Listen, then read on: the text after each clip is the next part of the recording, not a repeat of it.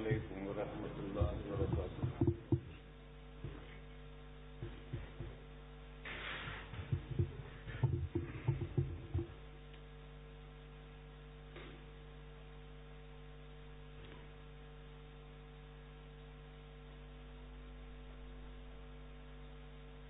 آپ حضرات نے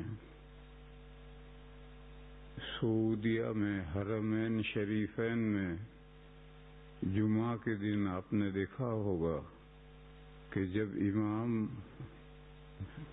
صف میں سے کھڑا ہو کر منبر پر آتا ہے تو سلام کرتا ہے۔ ہندوستان میں یہ طریقہ نہیں ہے۔ کبھی آپ حضرات کے ذہن میں یہ بات آئی ہوگی کہ یہ اختلاف کیوں ہے؟ یہ اختلاف ایک حدیث کے سمجھنے کے میں اختلاف ہوا۔ نبی پاک صلی اللہ تعالی علیہ وسلم کے سب گھر جدار قبلی میں تھے، جو قبلے کی دیوار تھی اسی میں گھر تھے، اسی میں سے آتے تھے۔ جمعہ کے دن جب وقت ہو جاتا تھا تو نبی پاک صلی اللہ علیہ وسلم کسی بھی گھر میں سے نکل کر خطبہ دینے کے لیے منبر کے پاس آتے تھے، اور منبر کے پاس آ کر کے ساری مسجد کو سلام کرتے تھے، السلام علیکم ورحمۃ اللہ وبرکاتہ۔ پھر منبر پر چڑھ کر بیٹھ جاتے تھے، اور مسجد کے دروازے کے اوپر چھت پر اذان ہوتی تھی، حضور بیٹھے رہتے تھے۔ شروع حضور کے زمانے میں یہی ایک اذان ہوتی تھی، یہ دو مقصد کے لیے ہوتی تھی۔ مسجد میں جو لوگ نمازیں پڑھ رہے ہیں ان کے لیے یہ اطلاع ہوتی تھی کہ بھئی خطیب آ گیا ہے منبر پر، اب اپنی نمازیں بند کر دو، اور پورے بستی کے لیے یہ اطلاع ہوتی تھی کہ نماز کے لیے آ جاؤ۔ یہ دو مقصد لے کر اذان ہوتی تھی۔ بہرحال طریقہ یہ تھا۔ اب اختلاف اس میں ہوا کہ یہ نبی پاک صلی اللہ علیہ وسلم جو گھر میں سے تشریف لا کر منبر پر کے پاس آ کر سلام کرتے تھے، یہ سلام القادم ہے یا سلام الحاضر ہے؟ ہندوستان کے تمام محدثین، انڈیا، ہندوستان بڑا ہے، انڈیا اس کا ایک جز ہے، انڈیا، پاکستان، بنگلہ دیش، رنگون، تبت، برما، افغانستان، یہ سب ہندوستان ہے، متحدہ ہندوستان ہے۔ اس متحدہ ہندوستان کے تمام محدثین کی رائے یہ ہے کہ یہ سلام الداخل ہے۔ گھر میں سے مسجد میں داخل ہوا، اس نے آ کر سلام کیا۔ جیسا میں ادھر گیا تھا، ادھر سے میں آیا تو میں نے آ کر آپ حضرات کو سلام کیا۔ یہاں بیٹھا ہوا تھا، اٹھ کر سلام نہیں کیا میں نے، بلکہ باہر سے داخل ہوا تو سلام کیا۔ اور عرب یہ سمجھتے ہیں کہ یہ سلام الداخل ہے، بیٹھا ہوا آدمی تھا، اس نے کھڑے ہو کر خطبہ دینے آیا تو اس نے سلام کیا، اس لیے وہ لوگ سلام کرتے ہیں۔ ہمارے یہاں یہ طریقہ نہیں ہے۔ حدیث ایک ہی ہے، حضور جو سلام کرتے تھے کیا اس مقصد سے کرتے تھے یا اس مقصد سے؟ سلام الداخل، باہر سے آدمی آیا وہ کہاں سلام کرے گا؟ وہاں جہاں لوگ آخری بیٹھے ہیں وہاں سلام کرے گا، وہاں نہیں کرے گا۔ وہاں سلام کرے گا تو یہاں کیسے پہنچے گا؟ ہم بھی درسگاہ میں جب پڑھانے جاتے ہیں تو 1550 لڑکے ہیں دورے میں، دورے کی جماعت جس میں حدیث کا آخری سبق ہے وہ 1550 کی ہے، وہ پوری درسگاہ بھری ہوئی ہے۔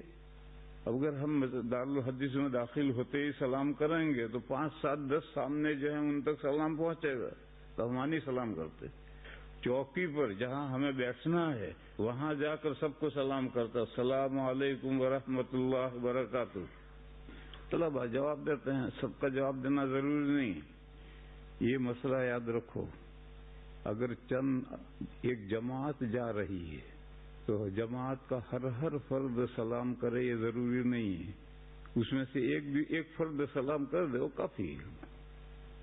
اور بیٹھی ہوئی بھی ایک جماعت ہے، آنے والے نے ایک آدمی آیا، جیسے میں آیا اور میں نے سلام کیا تو ساری جماعت سلام کا جواب دے بھی ضروری نہیں، پوری جماعت میں سے کوئی ایک بندہ جواب دے دے وہ کافی۔ یہ تو میں نے مسئلے کے اندر دوسرا مسئلہ بتایا کہ ایک جماعت جا رہی ہے، سامنے ایک آ رہا ہے یا چند آ رہے ہیں تو ساری جماعت کا سلام کرنا ضروری نہیں ہے، کوئی ایک بھی سلام کر دے کافی۔ اور ایک آیا اس نے سلام کیا اور جماعت بیٹھی ہوئی ہے تو ساری جماعت کا جواب دینا ضروری نہیں، ایک بھی جواب دے کافی۔ خیر، میں وہ بتا رہا تھا کہ نبی پاک صلی اللہ علیہ وسلم کا یہ معمول تھا۔ اب اس میں اختلاف ہو گیا، متحدہ ہندوستان کے محدثین کی سب کی رائے یہ ہے یہ تو حضور گھر میں سے تشریف لائے ہیں، صف میں بیٹھے ہوئے ہیں اور اٹھ کر سلام کریں یہ نہیں ہے سلام، یہ تو گھر میں سے تشریف لائے ہیں۔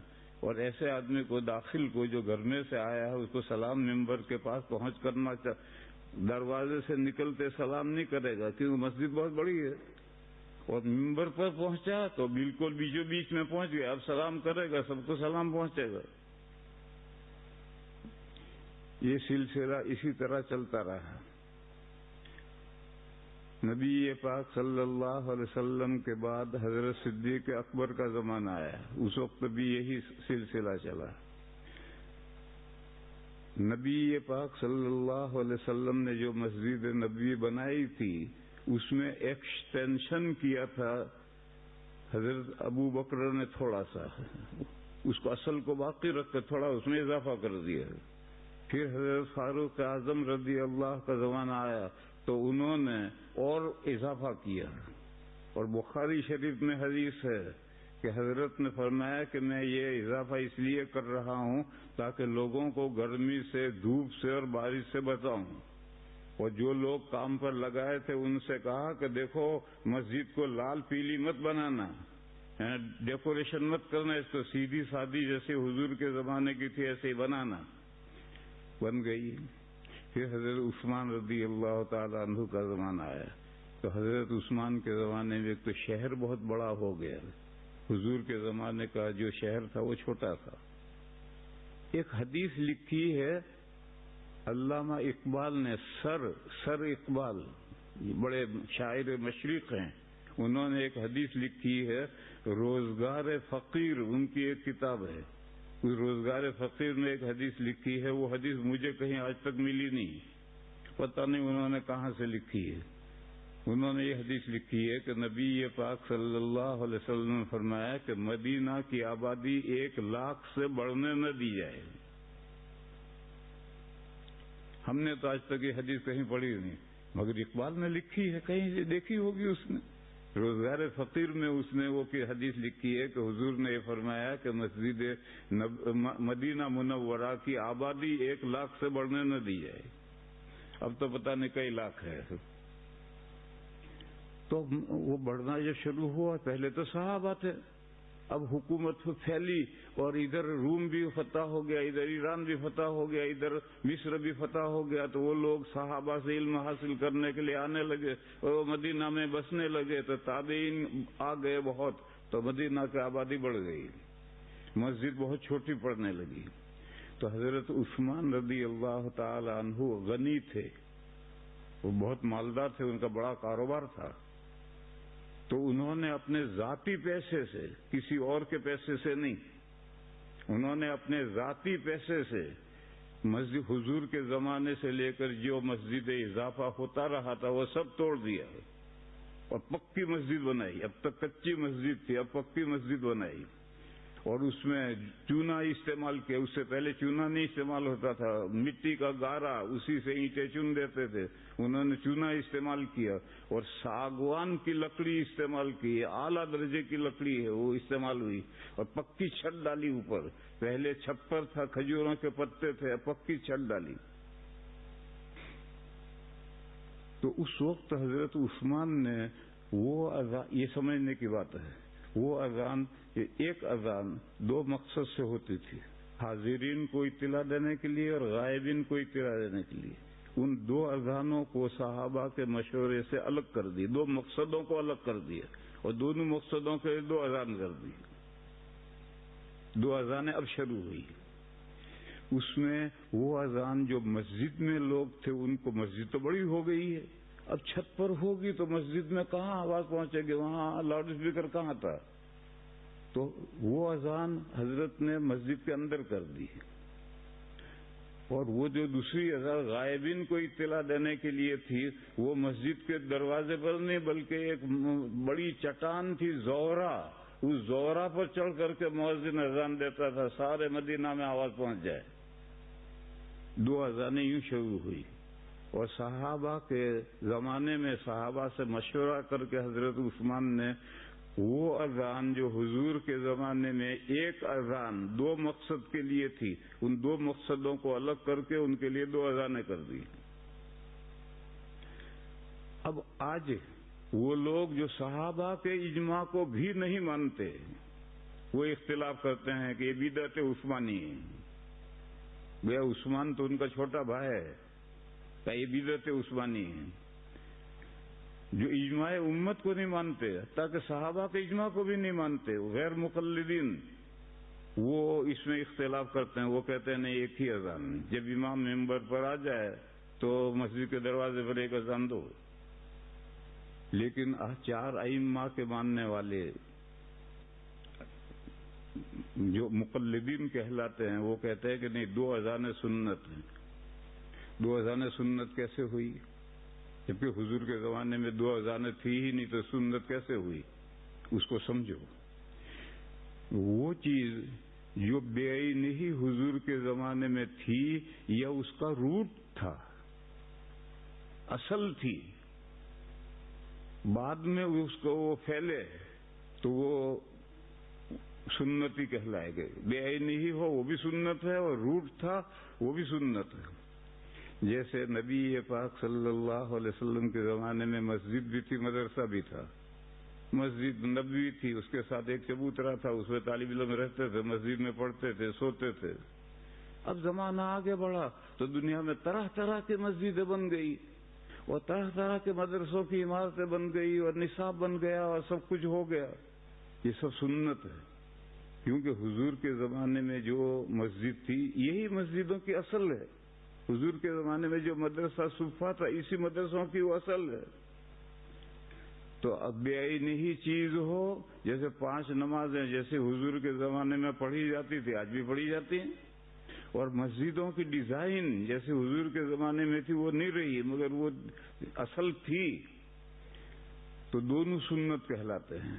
اور وہ چیز کہ جس کی نہ بے عین ہی ہو، نہ اس کا روٹ ہو، نہ اس کی جڑ ہو، نہ اس کی اصل ہو، اور ایک نئی چیز پیدا ہوئی، یہ بدعت ہے۔ جیسے نبی پاک صلی اللہ علیہ وسلم دنیا میں تشریف لائے، مومنین پر یہ اللہ کا بہت بڑا انعام ہے، اور مومنین ہی پر نہیں، سبھی انسانوں پر، اور سبھی انسانوں پر نہیں، ساری کائنات پر حضور کی تشریف آوری بہت بڑا انعام ہے۔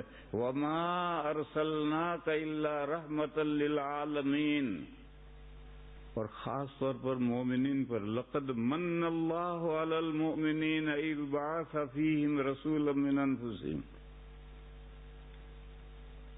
لیکن ہر سال نبی پاک صلی اللہ علیہ وسلم جس تاریخ میں پیدا ہوئے تھے، اس تاریخ میں فنکشن، جلسہ کرنا، عید میلاد النبی، عید میلاد النبی کا کوئی رواج نہیں تھا۔ 500 سال تک امت نہیں جانتی تھی۔ 5ویں صدی میں اربل سوریا میں ہے، اب بھی ہے، اربل کا جو بادشاہ تھا اس نے یہ عید میلاد النبی شروع کی۔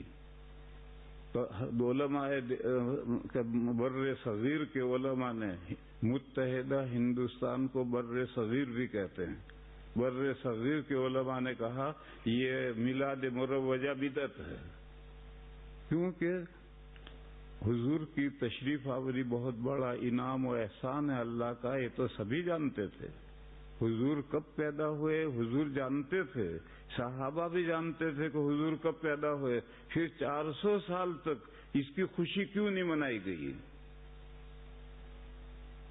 اور ہمارے گجراتی تو بے وقوف ہیں، وہ تو 12 بفات یا بفات یعنی وفات، تو وفات خوشی منانے کا دن ہے یا غم کا دن ہے؟ یہ تو 12 بفات مناتے ہیں۔ خیر میں اس کو سمجھا رہا تھا، یہ جب برسات ہوتی ہے تو یہاں تو شاید مثال تو ہوگی یا نہیں ہوگی، انڈیا میں چلے آؤ، جب بارش ہوتی ہے تو گھروں کی چھتوں پر بھی گھاس اگاتی ہے۔ یہ چھت پر گھاس کس نے بوئی؟ وہ گھاس بوئی ہے جب گرمیوں میں پورا جنگل سنسان ہو جاتا ہے، مٹی خاک ہو جاتی ہے اور آندھیاں چلتی ہیں، تو وہ آندھیاں مٹی اٹھا کر لا کر ہماری چھت پر ڈالتی ہیں۔ اس مٹی کے اندر گھاس کی جڑیں ہوتی ہیں، ذرا ذرا سی جڑیں ہوتی ہیں، جب وہ بارش گرتی ہے تو پھر چھت پر وہ گھاس اگاتی ہے۔ یہ روٹ سمجھا رہا ہوں میں کہ روٹ ہے، یہ روٹ بعد میں بارش ہوئی تو گھاس اگائی۔ تو اس طریقے پر جس چیز کی بے عینی اصل ہو یا بے عینی اصل تو نہ، اس کا روٹ ہو، جڑ ہو، ذرا سی جڑ ہو، وہ جڑ بعد میں پھوٹی، تو یہ تو ہے سنت۔ تو جب حضور کے زمانے میں 2 اذانیں، ایک اذان 2 مقصد سے لی جاتی تھی، تو روٹ ہے۔ بعد میں جب مسجد بھی بہت بڑی بن گئی اور مدینہ بھی بہت بڑا بن گیا، تو حضرت عثمان نے صحابہ سے مشورہ کر کے وہ ایک اذان جو 2 مقصد سے ہوتی تھی اس کے لیے 2 اذانیں کر دی، اور ایک اذان کو مسجد کے اندر لے لیا اور ایک کو زورا پہاڑ اور چٹان کے اوپر چڑھا دیا تاکہ سارے شہر میں آواز پہنچے، اور مسجد اندر لے لی۔ اندر کہاں؟ امام کے سامنے۔ www.attableek.com The Reviver of Iman۔ مطلب یہ سمجھے ہیں کہ امام کے منہ کے اندر گھس کر، کہ اگر منہ سے تھوک نکلے تو امام کے منہ پر ہی رہے۔ یہ امام کے سامنے کا یہ مطلب لوگ سمجھنے لگے، یہ مطلب نہیں ہے بھائی۔ مسجد کے اندر دائیں طرف بائیں طرف نہیں، امام بیچوں بیچ میں امام بیٹھا ہے منبر پر، اس کے سامنے جہاں بھی چاہے دو۔ اب دیکھو مسجد کتنی بڑی ہے، اگر چھوٹی ہے تو کوئی دور کھڑا رہنا ضروری نہیں ہے، اور مسجد بہت بڑی ہے۔ جیسے دیوبند کی جو جامع مسجد ہے، وہ جامع مسجد بہت بڑی ہے، یعنی اس کے جو کورڈ حصہ ہے اس میں کم سے کم 2000 آدمی آتے ہیں، پھر اس کے بعد میں 2000 آدمیوں کا صحن ہے۔ تو جب امام ممبر پر آ کر بیٹھتا تھا تو وہ دوسری اذان کورڈ حصہ کی آخری صف میں مؤذن کھڑا ہو کر اذان دیتا تھا، تاکہ اندر بھی پوری آواز جائے اور باہر صحن کے اندر بھی پوری آواز جائے۔ امام کے سامنے کا یہ مطلب ہے۔ ہم لوگوں نے جو سمجھ رکھا ہے کہ امام کے منہ میں گھس کر کے اذان دو، یہ صحیح نہیں۔ بہرحال میں سمجھا ہی رہا تھا کہ حضرت عثمان کے زمانے میں ضرورت پیش آئی ہے، اور ضرورت پیش آنے کی وجہ سے ضرورت کیا پیش آئی؟ مسجد بہت بڑی ہو گئی۔ ہمارا یہاں مؤذن اذان دیتا ہے یا کبھی تو مسجد میں نہیں سنائی دیتی، وہ شہر بھی بڑا ہو گیا، تو یہ ضرورت پیش آئی، تو وہ اذان جو ایک ہوتی تھی 2 مقصد سے، اس کے لیے 2 اذانیں کر دی حضرت عثمان کے زمانے میں، اور تمام صحابہ کے مشورے سے کیا اور اجماع سے کیا ہے۔ اور قرآن کے بعد حجت سنت ہے، اور سنت کے بعد اجماع ہے۔ ہم اہل السنہ والجماعہ ہیں۔ سنت کو بھی، قرآن کو تو سب مانتے ہیں، قرآن کے بعد ہم سنت کو مانتے ہیں، اور اجماع امت کو جماعت صحابہ نے جو اجماع ہوا اس کو مانتے ہیں۔ تو اصل تو میں وہ حدیث سمجھتا تھا کہ ہم حرمین میں جاتے ہیں تو امام سلام کرتا ہے، اور ہندوستان میں کوئی سلام نہیں کرتا، کیا بات ہے؟ اس لیے کہ وہاں امام ہوتا ہے، وہ وہیں پہلے سے بیٹھا ہوتا ہے اور کھڑا ہو کے سلام کرتا ہے۔ وہ یہ سمجھتے ہیں کہ یہ گویا خطبے کی سنت ہے۔ ہندوستان کے محدثین سمجھتے ہیں کہ نہیں، خطبے کی سنت نہیں ہے، یہ تو خطبے کے وقت امام باہر سے آئے تو جیسے میں باہر سے آیا تو سننا تھا کہ میں سلام کروں، ایسے وہ جو بھی باہر سے آئے گا سلام کرے گا. خیر یہ بات تو ویسے ہی بیچ میں آ گئی. اصل بات سنو، کل میں نے کہا تھا کہ ایک آیت کریمہ آ رہی ہے، وہ کل بیان کروں گا. وَلَأَجْرُ الْآخِرَةِ خَيْرٌ لِّلَّذِينَ آمَنُوا وَكَانُوا يَتَّقُونَ. یہ آیت آج پڑھی گئی ہے تراویح کے شروع میں. میرے بھائیو، یہ قاعدہ سمجھو، اور سب جانتے ہیں، کوئی نئی بات نہیں. یہ دنیا دارالعمل ہے اور آخرت دارالجزا ہے. یہاں عمل ہی عمل ہے، جزا نہیں ہے. اور آخرت میں جزا ہی جزا ہے، عمل نہیں. یہ سب جانتے ہیں. اس کی مثال لو، ہم جاب کرتے ہیں، آپ کے یہاں تو ہفتے ہفتے تنخواہ تقسیم ہوتی ہوگی. نبی پاک صلی اللہ علیہ وسلم کے زمانے میں سال میں ایک مرتبہ تنخواہ تقسیم ہوتی تھی. تمام جو سرکاری ملازمین ہوتے تھے تو ان کو وظیفے جو ملتے تھے وہ سال میں ایک مرتبہ ملتے تھے. پھر گرانی ہو گئی، ایک سال تک انتظار لوگ نہیں کر سکتے ہیں، تو پھر 6 مہینے پر تنخواہیں تقسیم ہونے لگی. پھر اور گرانی ہو گئی تو 6 مہینے تک بھی انتظار لوگ نہیں کر سکتے، تو پھر مہینے مہینے ماہواری آنے لگی، منتھلی پیریڈ. ماہواری لفظ استعمال کرتے ہیں، یہی ماہواری لفظ وہاں بھی استعمال ہوتا. ماہواری آنے لگی کیونکہ 6 مہینے تک انتظار کرنا بڑا مشکل. کسی جگہ پر اور گرانی ہو گئی تو ویکلی تنخواہیں تقسیم ہونے لگی. آپ لوگوں کے یہاں گرانی زیادہ ہے، بہت بھاری مہنگائی کا ملک ہے، اس لیے اگر حکومت سوشل سپورٹ نہ دے تو مہینے میں آدھا ملک مر جائے گا. اتنی گرانی ہے یہاں کہ اگر گورنمنٹ سوشل سپورٹ نہ دے تو آدھا ملک 1 مہینے میں مر جائے گا، اور ہمارے یہاں نہیں مرے گا. تو اب ہفتے میں تنخواہ تقسیم ہوتی ہے.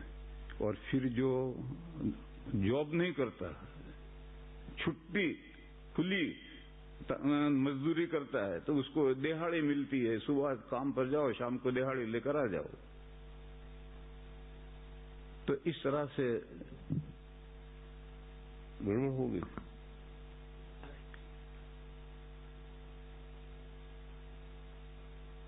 تو نبی پاک صلی اللہ علیہ وسلم سے لے کر چلتے تھے، آج یہاں تک ہم پہنچے ہیں. اپنے انڈیا کی مثال لو، اپنے ملک کی مثال مت لو.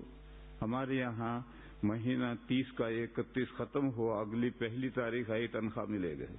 تو پورا مہینہ اپنی گاڑی لے کر کے، اپنا پیٹرول ڈال کر کے، اپنا گیس ڈال کر کے دوڑا جاتا ہے، اور جو بھی جاب پر، اور شام کو خالی آ جاتا ہے. لایا کچھ نہیں، ارے بھائی دن بھر کام کیا، پسینہ نکلا، لایا تو کچھ نہیں. تو کہے گا کہ لاؤں گا. جب 31 تاریخ ہو گئی، اب اگلے دن تھیلا بھر کے لاتا ہے. اسی طرح سمجھ لو، یہ جو ہماری دنیا ہے، یہ پوری دنیا ایک دن ہے. صبح سے شام تک مزدوری کر لو، اور آنکھ بند ہوئی اور اگلی دنیا آئی، اور اگلی دنیا میں اس کا سیلا تنخواہ پا لو. اس لیے دنیا دارالعمل ہے، یہاں تنخواہ نہیں.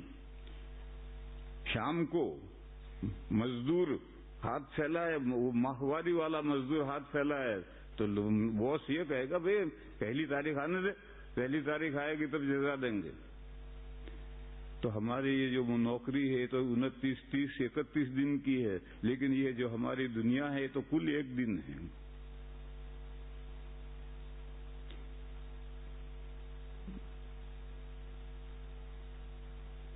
قرآن کریم میں کم لبثتم فی الارض عدد سنین، تم دنیا میں کتنے سال رہے ہو، قیامت کے دن پوچھا جائے گا. تو کہیں گے کہ لبثنا یوما او بعض یوم، دنیا میں ہم 1 دن رہے ہیں یا 1 دن بھی پورا نہیں رہے ہیں. تو یہ دنیا 1 دن ہے، اور یہ مسئلہ قرآن میں ہے.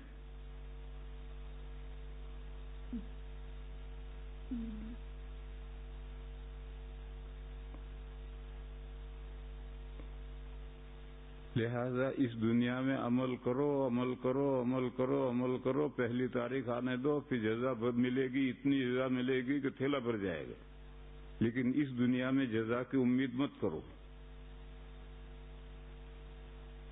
بازا بازا رات بھر نماز پڑھتا ہے، دن بھر نفلیں پڑھتا ہے، گھر میں کھانے کو روٹی نہیں، اس مایوس ہونے کی ضرورت نہیں ہے۔ تو یہاں روٹی کہاں ملے گی؟ نماز پڑھنے کے نتیجے میں روٹی یہاں تھوڑی ملے گی، روٹی ملے گی دوسری دنیا میں۔ تو یہ قاعدہ سمجھ لو کہ یہ دنیا دارالعمل ہے، دارالجزا آگے ہے۔ لیکن کبھی کبھی جب دیگ پکتی ہے تو دادا کو 4 چاول چکھائے جاتے ہیں۔ یہ بھی ہندوستان میں چلے جاؤ، وہاں نعت جمتی تھی، پوری برادری کی دعوت ہوتی تھی، خاص خاص موقعوں پر، جو بوڑھے لوگ ہیں وہ جانتے ہوں گے۔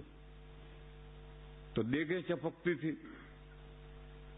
تو جب دیگ پکی تو 2 پلیٹ میں 2 چمچے چاول نکال کر دیکھیں گے، دادا ذرا چکھ لیجیے نمک مرچ۔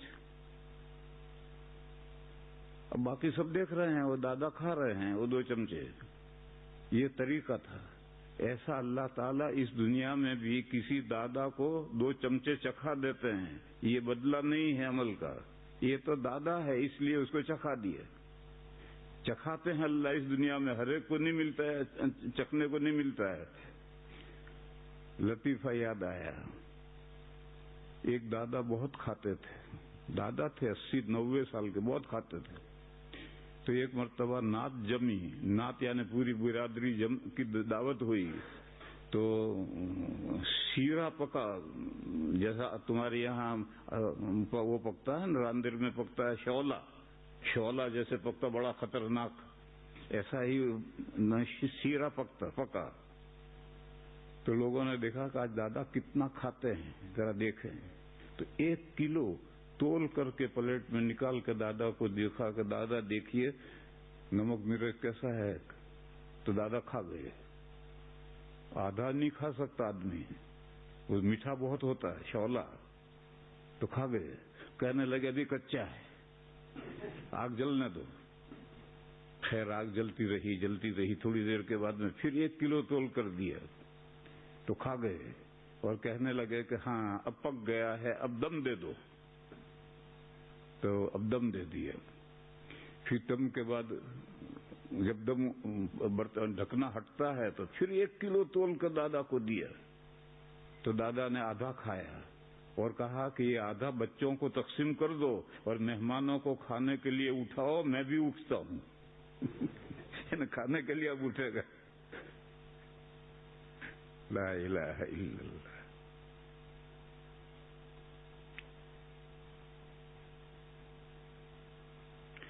وہی دادا کا قصہ ہے۔ ایک آدمی نے نیم کا درخت کھیت میں کاٹ کر رکھا تھا کہ کل لے جائیں گے۔ دادا شہر سے گاؤں آ رہے تھے، تو وہ درخت پورا نیم کا درخت پکڑ کر کے گھر لے آئے۔ تو بڑا درخت تھا، تو گھسرتا آئے گا۔ دوسرے دن جب وہ نیم والے آئے کہ بھئی تو درخت تو ہے ہی نہیں، تو کہاں نشان گیا ہے؟ تو نشان گئے تو وہ ان کے دادا کے گھر باہر پڑا تھا۔ تو انہوں نے جا کر کہا کہ دادا ہمارا لیبڑو چمچم لایا سو، یہ نیم کا درخت کیوں لائے ہو؟ تو کہ منہ تو بھائی سے لائے ہو کہ آپ پڑھے ہو نا کہ ارے کہ میں تو ہوٹو ہم جن لائے تو لے جاتا، تو 4 بیل لائے تب لے گئے۔ ہوٹو ہم جن لایا تو کہ میں چھڑی سمجھ کر لایا تھا میں۔ تو ایسا کھاتے بھی تھے تو ایسے طاقتور بھی تھے۔ تو جیسے یہ دعوت میں دادا کو 4 چکھاتے ہیں، ایسا ہی ایک قاعدہ اللہ نے یہاں بیان کیا۔ میں نے کہا تھا کہ یوسف علیہ السلام کا واقعہ 2 جگہ اللہ نے روکا ہے اور نصیحت ابھاری ہے۔ ایک جب بادشاہ کے خواب کی تعبیر بتلائی، اور حضرت تو جیل میں ہے، تو بادشاہ نے کہا بلا کے لاؤ، انہیں تعبیر بہت شاندار تعبیر بتلائی تھی، کہا بلا کے لاؤ۔ تو یوسف علیہ السلام نے جانے سے انکار کر دیا اور یہ کہا کہ میرا جو مقدمہ پینڈنگ میں ہے وہ مقدمہ پہلے چلاؤ اور یہ کلیئر کرو کہ میں مجرم ہوں نہیں ہوں، پھر آؤں گا، اس کے بغیر نہیں آؤں گا۔ تو بادشاہ نے کورٹ میں سے وہ مقدمہ اپنے یہاں کورٹ میں منگوا لیا اور بادشاہ نے خود مقدمہ چلایا۔ تو عزیز مصر کی بیگمات نے بادشاہ کے سامنے آ کر کہا کہ یوسف بے گناہ ہے، وہ فرشتہ ہے۔ تو وزیر کی بیوی جس نے ڈورے ڈالے تھے اس نے کہا کہ اب تو دودھ اور پانی الگ ہو گیا، میں نے ہی ان کو ورغلایا تھا۔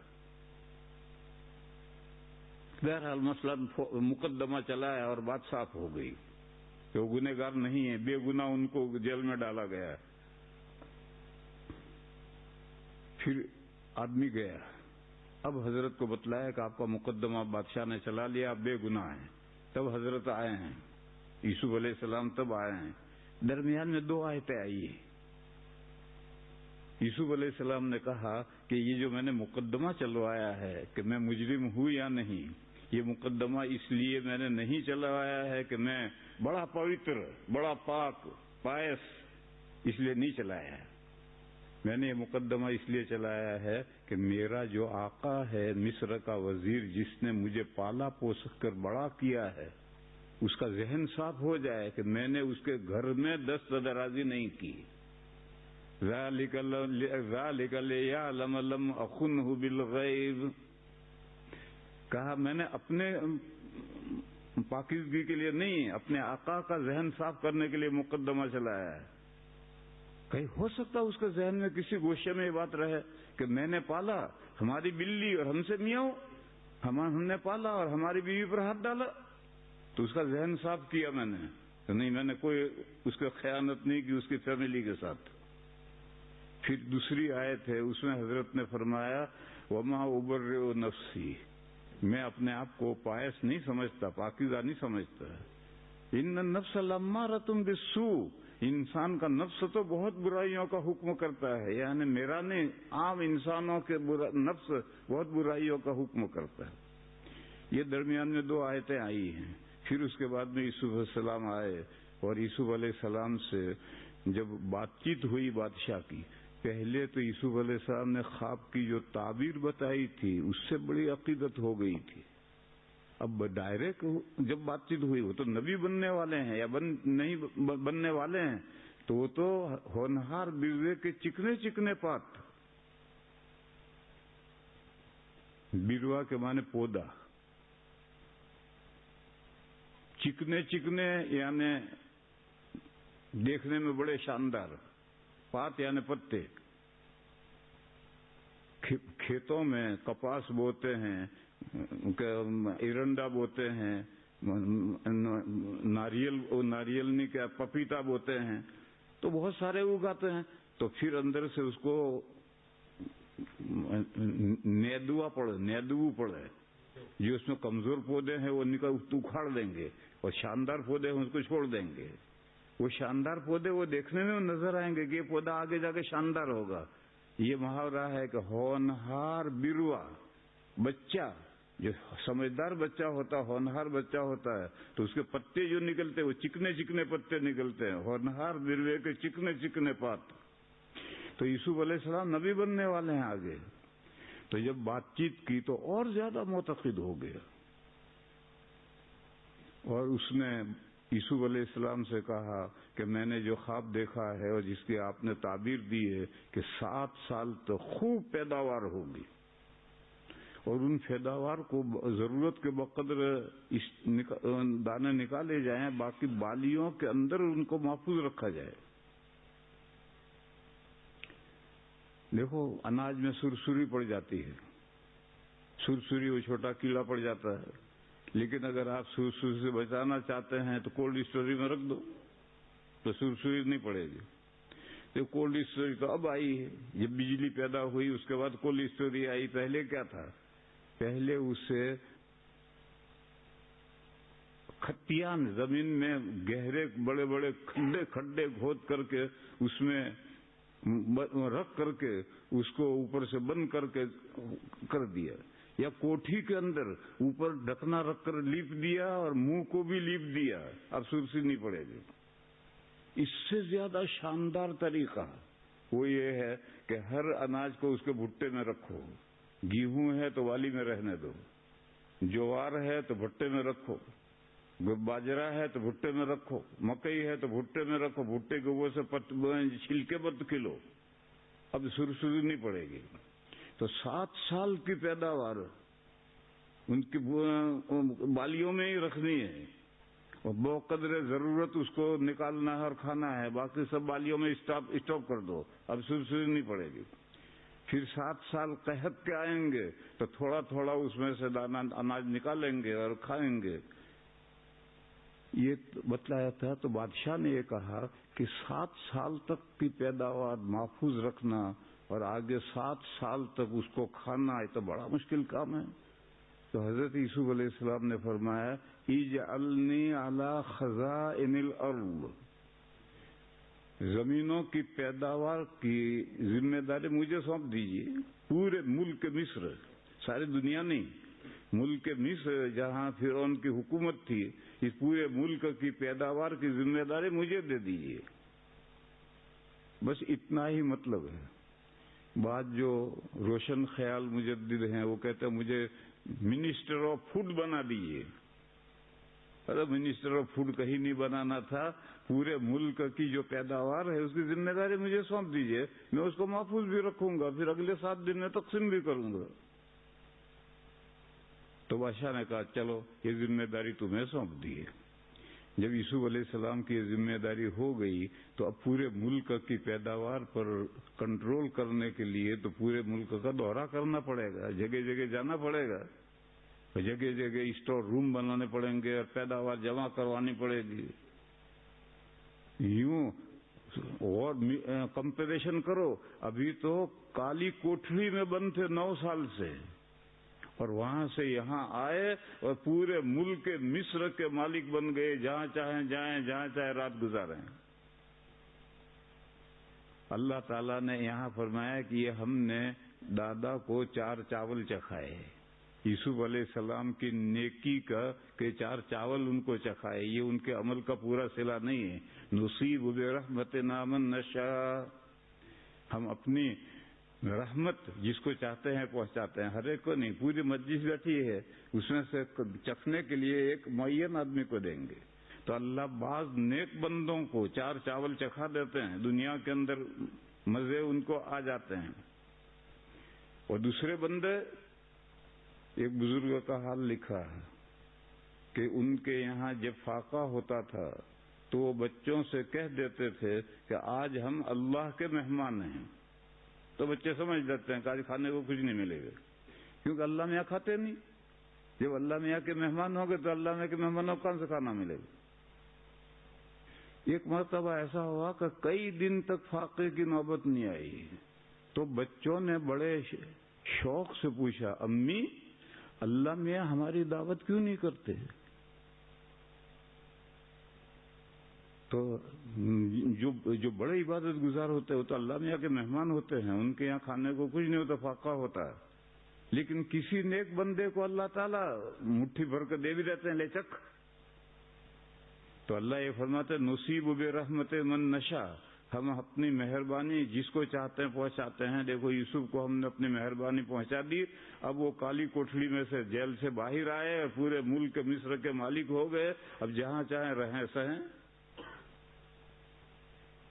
وَلَا نُضِيعُ أَجْرَ الْمُحْسِنِينَ، اور نیکوکاروں کی اجرت، تنخواہ ہم ضائع نہیں کرتے۔ یعنی دوسرے نیکوکار جن کو دنیا میں ان کی نیکی کی اجرت نہیں ملی، وہ یہ نہ سمجھے کہ ہماری اجرت ضائع ہوئی، ہم کسی نیکوکار کی اجرت ضائع نہیں کرتے۔ جو بیٹھا بیٹھا سو رہا ہے اس کی تو اجرت ضائع کریں گے، اور کیا نہیں کریں گے؟ جب سو رہا ہے تو اجرت کہاں سے ملے گی؟ اس کے بعد اللہ نے قاعدہ بیان کیا، وہ سمجھانا ہے۔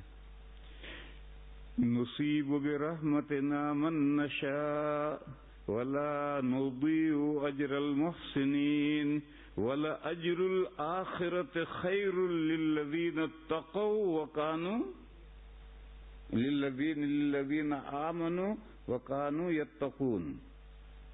قاعدہ بتلایا کہ یہ دنیا دارالعمل ہے، یہاں اگر عمل کا صلہ دیا جائے گا تو مومن کا نقصان ہے، اور آخرت میں اجر بدلیا جائے تو مومن کا وہاں فائدہ ہے. کیوں؟ زندگی کے 70 سال ہو گئے، نماز کے صلہ مل رہا تو 85 سال میں مر گیا، 5 سال لڈو کھایا اس تو، اور پھر یہ جو پچھلی زندگی کے پچھلے 4-5 سال ہیں اس کا صلہ آخرت میں جب ملے گا تو وہ تا ابد لڈو کھائے گا، وہ لڈو کبھی ختم نہیں ہونے کا. تو فرمایا کہ والا اجر الآخرت، دنیا میں ہم اجر نہیں دیتے ہیں، حالانکہ چاہیے ایک عمل کیا ہے تو لے شام کو دہاڑی لیتا جا، لیکن نہیں. والا اجر الآخرت، آخرت میں جو بدلہ ملے گا بہتر ہے ان لوگوں کے لیے جو ایمان لائے اور جو گناہوں سے بچتے رہے، ان کے لیے وہ اجر بہتر ہے. تو 1000 میں سے 999 کو تو دنیا میں ان کی عبادتوں کا کوئی صلہ اجر نہیں ملتا.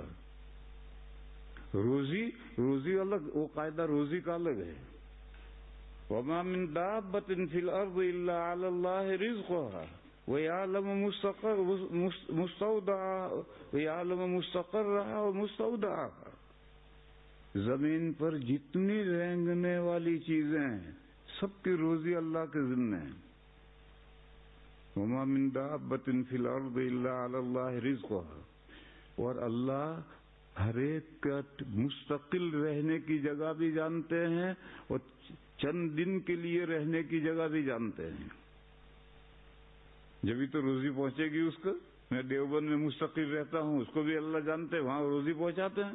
اور مہینے کے لیے یہاں آ گئے، یہ مستودع ہے، مجھے امانت رکھ دیا یہاں 1 مہینے کے لیے، تو وہ بھی اللہ جانتے ہیں. وہ شام کو مغرب کا بہترین رزق پہنچاتے ہیں اللہ.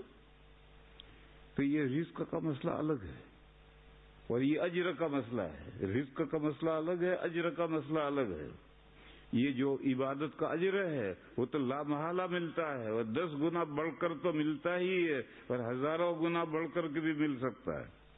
اور رہی روزی، وہ روزی جو اس کے لیے قاعدے الگ ہیں، وہ قاعدے اللہ نے ڈکلیئر نہیں کیے، تو اس کے قاعدے تو تمہیں رزق اور اجر میں اشتباہ نہ ہو.